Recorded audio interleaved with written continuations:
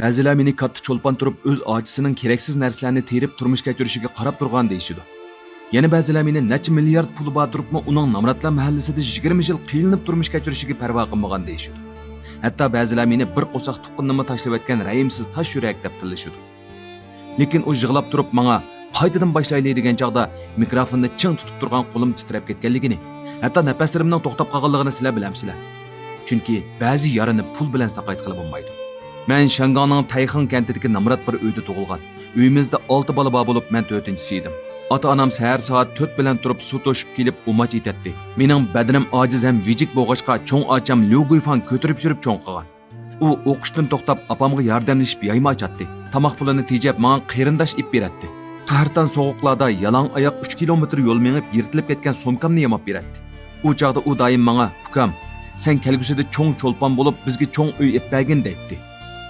Men rastlı katta cho'lponga aylanib, hammaning diqqatini tortadigan sahnalarga chiqqandan keyin birinchi bo'lib qilgan cho'ng ishim dal va'damga amal qilib, oilamdagilarni keng ham yo'riq uyda turg'izdim va yip-yangi mashinalarni ib berdim. Ocham oshqushni qo'liga olgan shu daqiqada meni quchoqlab yig'ilganicha, "Ukam, men oxiri umidni ko'rgandek bo'ldim. Bizmi turmushning halovatini surdigan bo'ldik" dedi. Lekin bu umid xuddi ko'pikdekli ko'zni yumib ochqicha to'zib ketdi. U xizmatidan iste'fo berdi. Bütün oiladagilarning cho'ng kichik chiqimlarining hammasi tabiiydan mening zimmamga yuklandi. Oilamizdagi qizlar yotliq bo'lsa, o'g'illar to'y qilsa, hatto navirlarning sut parashki puli degandek chiqimlarning oyog'i faqatla uzilmaydi. Yurakni eng ichishtiradigan bo'lsa, yerim kechada qimoqxonadan kelgan telefonni topshirib olish va "Lyo apandim, ochingiz qimoqxonamizga yana 6 million yuan qarz bo'lib qoldi" degan so'q ovoz edi. Men hamma ishlarimni tashlab uning oldida tizilib turib, "Ocha, oilamiz uchun bo'lsa-mu bo'ldi qilgin. Qimardan qo'l uzgin" deb yalvardi. U o'ksib yig'lab, hatto qimar o'ynagan barmoqlarimni kesib o'taman deb qasammi qildi. Lekin kayniga burilibla opamning ozg'ini bo'lgan qirg'anda kutinish pulini o'g'irlab, qimarxonaning istutaklari ichida yana bir qitim g'oyib bo'ldi. Bir kuni film surat kelish maydonini g'azablangan kishilarning vaqirashlari bir oldi. Birlari "Sening ochang soxta naqshkechilikka bilet setib, bu o'quvchilarning ming bir jafoda chiqqan pulni aldab elib oldi" deb vaqirab ketdi. Men ümidsizlangan yoshlarning ko'z yoshlarini ko'rib, yurkim pichoqda tilgandek etishib ketdi. Men o'z qo'lim bilan to'lan pulini bir-birlab ularning so'mkasiga solib qo'ydim.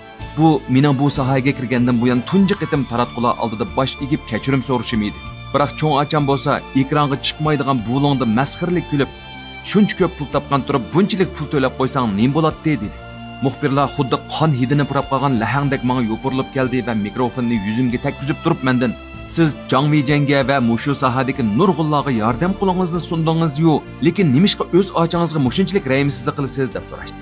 Men nafaslarim bo'g'ilib, vaqtli qiyinchilikdan qutuldirg'il bo'lgan bilan namratlikdan qutuldirg'il bo'lmas. Yordam bermayman emas.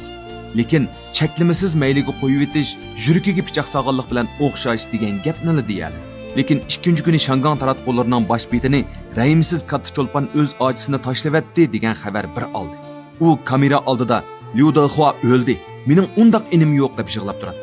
Shuning bilan bir vaqtda qo'g'dug'uchilarim uningga qarab etilib kelgan bir qancha lukchakni jon jahli bilan to'sib o'tadi.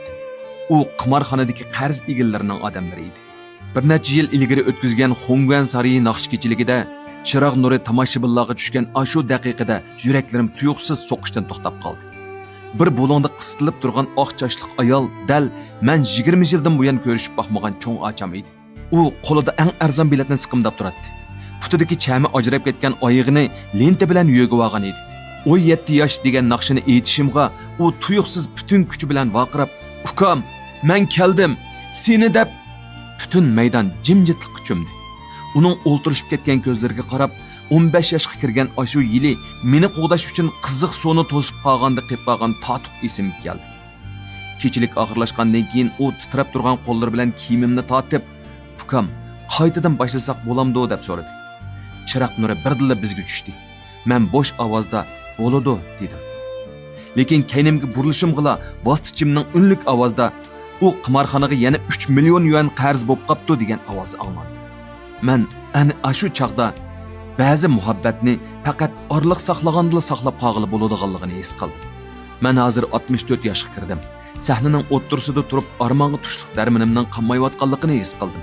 Naqsha aytqudek kuchim qammagandan keyin ayni yili meni dumbisiga mindirib olib, kuchlik tayfun bo'rinidan jinining bericha qochirgan cho'ng ochamning allaqachon to'ymas nafsining cho'nqir honglarga cho'kib ketganligini va rahimsiz qimor so'rinida butunlay halok bo'lganligini haqiqiy his qildi. Hala bugun men har xil qarashlarga yuzlanib turyotiman, lekin o'zimni aqlamayman.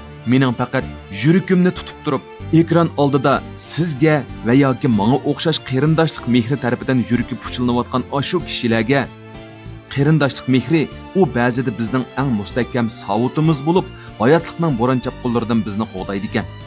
Lekin yo'linishi xato bo'lib qolgan bo'lsa, yuragimizni qattiq azoblaydigan ojizligimizga aylanib qoladi ekan degun bor. Ba'zi burilishlar rahimsizlik bo'lmasdan balki butun vujudidan chiqargan biroq odamni intayin azoblaydigan mehribonlik bo'lib qoladi ekan. Chunki ko'nglingizga shunisi ayon. Agar yana bir qadam yaqinlashsangiz, o'zingizmi tang tuyishidi ekansiz. Ba'zi rad qilishlar parvosizlik bo'lmasdan balki yaqinlarining patqoqqa cho'kib ketayotganligini ko'rib, o'z mayliga qo'yib etish deb atiladigan ashu og'amchini tishini tishliginicha tortish bo'ladi. Hatto bosh ko'zlari qoniga bo'yilib ketgan taqdirdami uni o'z kuchiga tayinib mazmut turishini o'rganishga majburlash kerak ekan.